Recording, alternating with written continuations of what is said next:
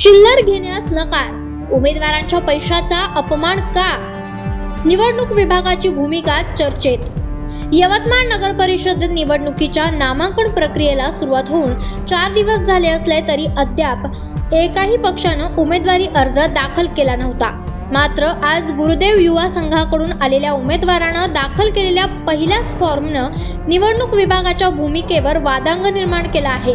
गुरुदेव युवा संघाचे उमेदवार मनोज गेडाम आणि त्यांच्या सहकाऱ्यांनी नागरिकांकडून रुपये 1, 2, 5 आणि 10 अशी चिल्लर स्वरूपातील देणगी गोळा करून एकूण 6,000 रुपये जमा केले होते।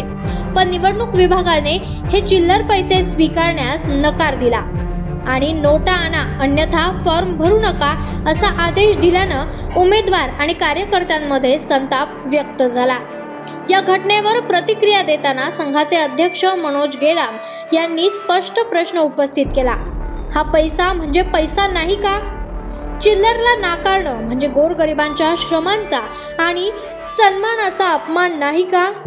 जर चिल्लर स्वीकारण्यास मनाई करणारा शासन निर्णय असेल तर तो दाखवा, असे त्यांनी निवडणूक अधिकाऱ्यांना थेट विचारलं।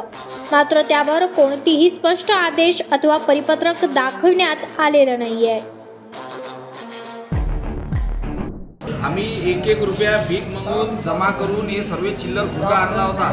आमच्याजवळ अनाथ रक्कम भरण्याकरता चिल्लर आम्ही घेऊन आलो होतो। यामध्ये 5 रुपयाचे कंदार आहे, परंतु निवडणूक अधिकारी देशपांडे साहेब हे पैसे घ्यासाठी नाकार देत आहे। कोणतंच या पैशाची चलन असूनही आम्हाला फॉर्मपासून वंचित ठेवल्या जात आहे। यापेक्षा शोकान गोष्ट काय, निवडणूक आयोगाला माझी विनंती आहे, या पैशाची चलन नसेल तर माझा फॉर्म तुम्ही घ्या नको, परंतु या पैशाची चलन असूनही निवडणूक विभागाकडून उमेदवाराची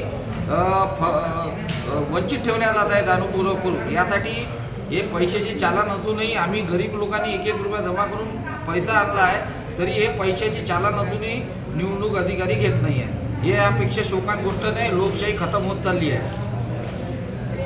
लोकनायक न्यूज करिता सुकांत वंजारी, यवतमाळहून।